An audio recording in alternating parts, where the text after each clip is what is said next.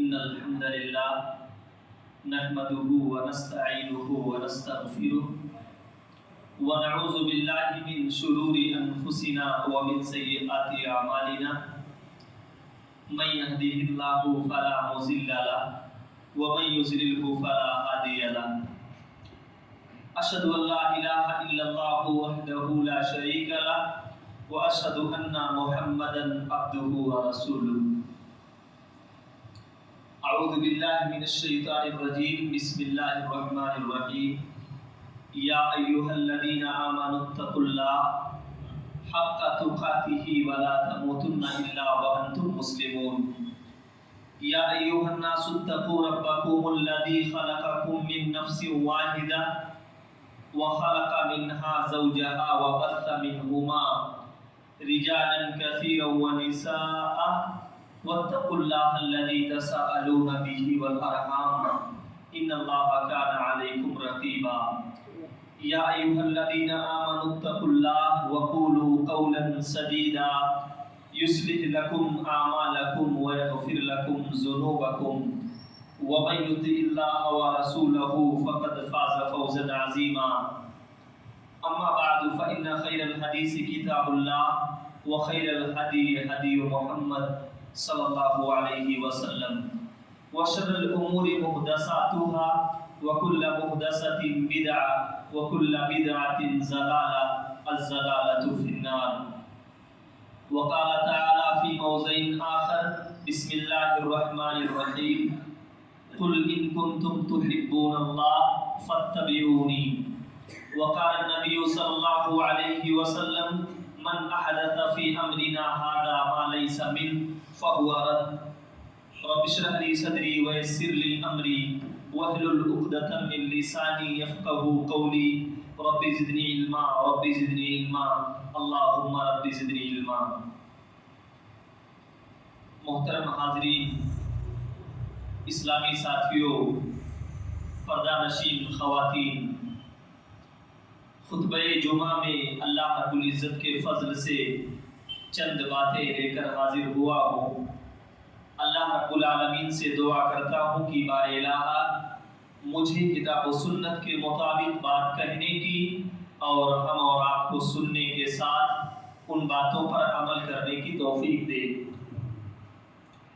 تمام قسم کی تعریف، توصیف، بڑائی، بزرگی اس اللہ رب العالمین کے لیے لائق و زیبا ہے جو اکیلا تنہا پوری کائنات کا خالق ہے، مالک ہے، مربی ہے، زندگی اور موت دینے والا ہے. بعدہ درود و سلام ہو اللہ کے تمام رسولوں پر، تمام انبیاء پر، خصوصاً بالخصوص ہمارے آخری نبی، آخری رسول جناب محمد الرسول اللہ صلی اللہ تعالی علیہ وبارک وسلم پر کہ جن کی محنتوں اور مشقتوں کی وجہ سے اسلام کی خالص اور سچی دعوت ہم مسلمانوں کو نصیب ہوئی ہے. محترم حاضرین، آج اسلامی تاریخ کے اعتبار سے ربیع الاول کی 9 تاریخ ہے.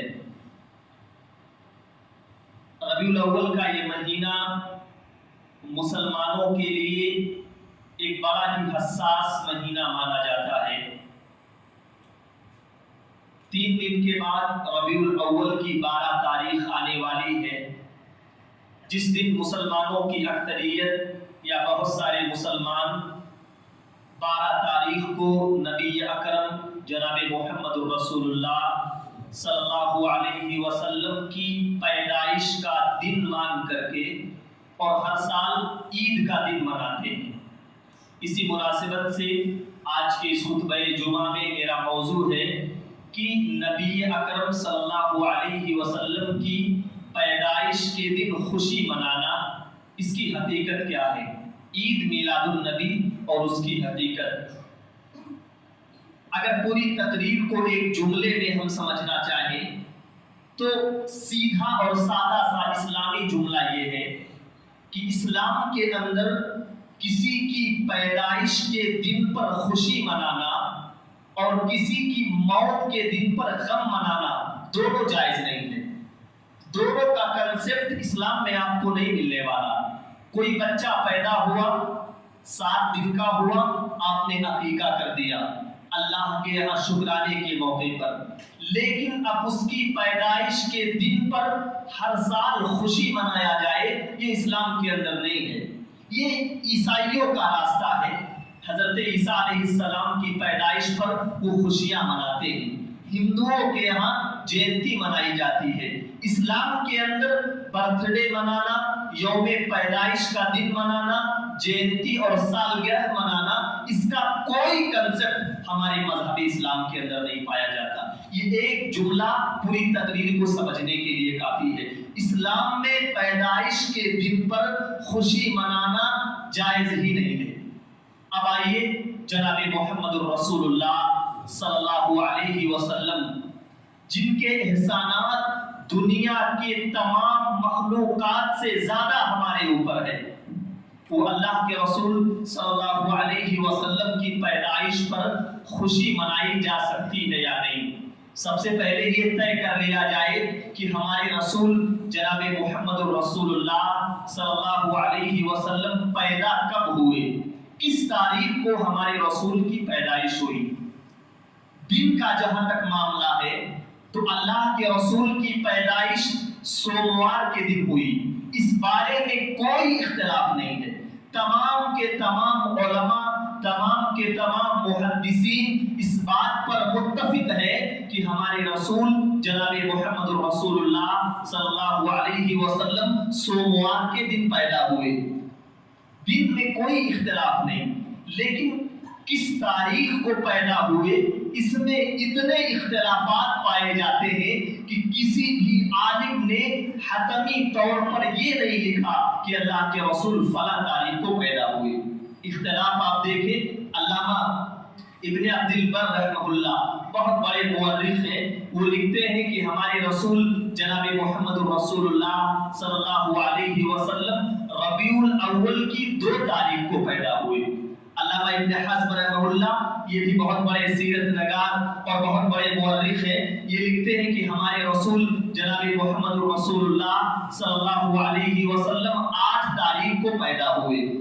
ایسے ہی ابن اسحاق جو بہت بڑے سیرت نگار ہیں، انہوں نے لکھا کہ ہمارے رسول جناب محمد رسول اللہ صلی اللہ علیہ وسلم ربیع الاول میں 12 تاریخ کو پیدا ہوئے۔ علامہ سید سلیمان ندوی جو ہمارے ہندوستان کے بہت بڑے عالم دین تھے، ان کی سیرت کی کتاب بڑی مشہور ہے، انہوں نے لکھا کہ اللہ کے رسول جناب محمد رسول اللہ صلی اللہ علیہ وسلم 9 تاریخ کو پیدا ہوئے۔ مولانا صفی الرحمن مبارک پوری رحمت اللہ علیہ جو ہندوستان کے مبارک پور شہر کے رہنے والے، جن کی سیرت کی کتاب الرحیق المختوم مسجد میں آپ کے موجود ہے، وہ کتاب پوری دنیا میں سیرت کی کتابوں میں اول درجے کی مانی گئی ہے۔ کمپٹیشن کرایا گیا، مقابلے کرائے گئے، تو سیرت کی تمام کتابوں میں علامہ صفی الرحمن مبارک پوری رحمہ اللہ کی یہ کتاب الرحیق المختوم سب سے نمبر 1 پر آئی۔ انہوں نے اللہ کے رسول جناب محمد رسول اللہ صلی اللہ علیہ وسلم کی پیدائش کی تاریخ 9 ربیع الاول بتائی ہے کہ ہمارے رسول 9 ربیع الاول کو پیدا ہوئے۔ علامہ ابن کثیر رحمہ اللہ بہت بڑے مورخ، انہوں نے کہا 8 تاریخ کو پیدا ہوئے۔ اس دور کے بہت بڑے محدث علامہ البانی رحمۃ اللہ علیہ، انہوں نے خلاصہ لکھا ہے کہ اللہ کے رسول صلی اللہ علیہ وسلم کی پیدائش کی تاریخ کو لے کر کے جتنی روایتیں پائی جاتی ہیں، 2 ربیع الاول، 5 ربیع الاول، 8 ربیع الاول، 9، 12، 17 جتنی روایتیں ہمارے رسول کی پیدائش کو لے کر پائی جاتی ہیں، ایک بھی روایت صحیح نہیں ہے، کسی روایت کی سند صحیح نہیں ہے۔ لہذا اللہ کے رسول جناب محمد رسول اللہ صلی اللہ علیہ وسلم کس تاریخ کو پیدا ہوئے یہی متعین نہیں ہے۔ سب سے بڑی بات، جس تاریخ کو خوشی کا دن منایا جاتا ہے وہ اس کا الگ معاملہ ہے کہ خوشی منانی جائز ہے یا نہیں۔ سب سے پہلے یہ طے نہیں ہو پا رہا کہ ہمارے رسول جناب محمد رسول اللہ صلی اللہ علیہ وسلم پیدا کس تاریخ کو ہوئے۔ اب تاریخ پیدائش میں اتنے اختلافات موجود ہیں، لیکن آپ دن کا معاملہ دیکھیں، سوموار کے دن ہمارے رسول پیدا ہوئے۔ ایک بڑی حیرت ناک بات آپ یاد رکھیں کہ ہمارے رسول جناب محمد رسول اللہ صلی اللہ علیہ وسلم سوموار کے دن پیدا ہوئے، اور آپ کو سوموار کے دن اللہ نے نبی بھی بنایا۔ قرآن کا نزول سوموار کے دن ہوا، اور ہجرت آپ نے مکہ سے مدینہ جو ہجرت کی ہے وہ بھی سوموار کے دن، اور ہمارے رسول جناب محمد رسول اللہ صلی اللہ علیہ وسلم کی وفات، آپ کی موت بھی سوموار کے دن آئی ہے۔ یہ عجیب اتفاق ہے۔ پیدائش میں تو اختلاف ہے، لیکن تمام علماء اس بات پر متفق ہیں، جمہور علماء کا یہ قول ہے کہ ہمارے رسول جناب محمد رسول اللہ صلی اللہ علیہ وسلم کی موت 12 ربیع الاول کو ہوئی۔ آپ اندازہ کریں، پیدائش میں اتنے اختلافات، لیکن جب موت کی باری آئی کہ ہمارے رسول کو موت کب آئی ہے، تو جمہور علماء کا قول ہے کہ مات النبی صلی اللہ علیہ وسلم، اللہ کے رسول کی جو موت ہے وہ 12 ربیع الاول کو ہوئی۔ اب ہمارا اپنے نفسوں کا محاسبہ کریں، ہمارا کوئی پیارا، ہمارا کوئی محبوب کسی خاص دن پیدا ہو جائے، اور اسی کی پیدائش کے دن پر 2 سال کے بعد، 3 سال کے بعد اس کو موت آ جائے، اسی دن پیدا ہو اور اسی دن مر جائے، کون ایسا انسان ہوگا جو اپنے اس بچے کی پیدائش پر خوشیاں منائے گا؟ اسی دن پیدا ہوا اور اسی دن مر گیا۔ اور 12 ربیع الاول کی تاریخ تو اتنی دردناک تاریخ ہے، اس سے پہلے خطبہ جمعہ میں نے اللہ کے رسول کی موت کے تعلق سے بیان کیا تھا۔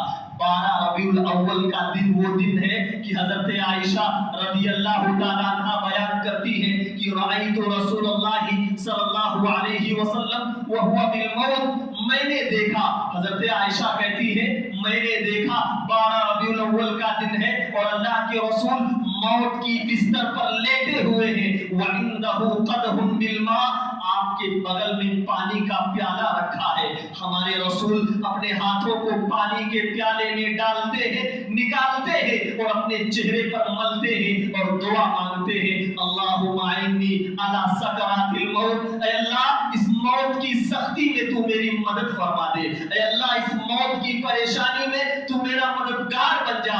یہ دورانیہ، یہ واقعہ اللہ کے رسول کے ساتھ 12 ربیع الاول کو پیش آ رہا ہے۔ آپ اپنے ہاتھوں کو آسمان پر اٹھاتے ہیں اور دعا کرتے ہیں، اللہم اغفر لی وارحمنی والحقنی بالرفیق الاعلی، اے اللہ تو مجھ پر رحم فرما، میں تجھ سے ملاقات کرنے کے لیے آ رہا ہوں۔ اسی عالم میں 12 ربیع الاول کو ہمارے رسول جناب محمد رسول اللہ صلی اللہ علیہ وسلم کا انتقال ہو جاتا ہے، جس دن خوشیاں منائی جاتی ہیں، گانے بجائے جاتے ہیں، ڈھول تاشے بجائے جاتے ہیں۔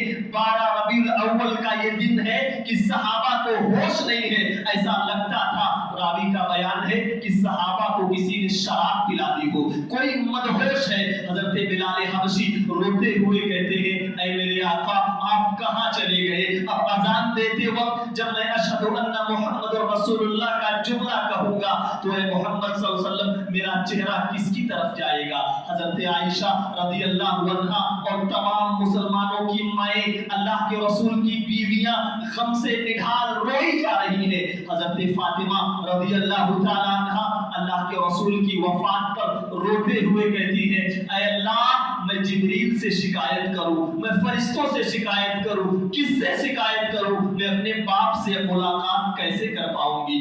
ایسے ہی حضرت ام ایمن رضی اللہ تعالیٰ عنہا جنہوں نے اللہ کے رسول کو دودھ پلایا تھا، اللہ کے رسول کی دودھ والی ماں ہے، اللہ کے رسول انہیں اپنی ماں کہا کرتے تھے۔ جب اللہ کے رسول کا انتقال ہوا تو ام ایمن زار و قطار روئے جا رہی تھی کہ یا رسول اللہ صلی اللہ علیہ وسلم مجھے ماں کہہ کر پکارنے والا کوئی نہیں بچا ہے۔ یہ دن جس کے بارے میں صحابہ نے کہا دنیا میں اس سے زیادہ غمناک دن، دنیا میں اس سے زیادہ مصیبتوں والا دن ہم صحابہ پر کبھی نہیں آیا ہوگا۔ وہ دن کون سا دن ہے؟ جمہور علماء کے نزدیک وہ دن 12 ربیع الاول کا دن ہے۔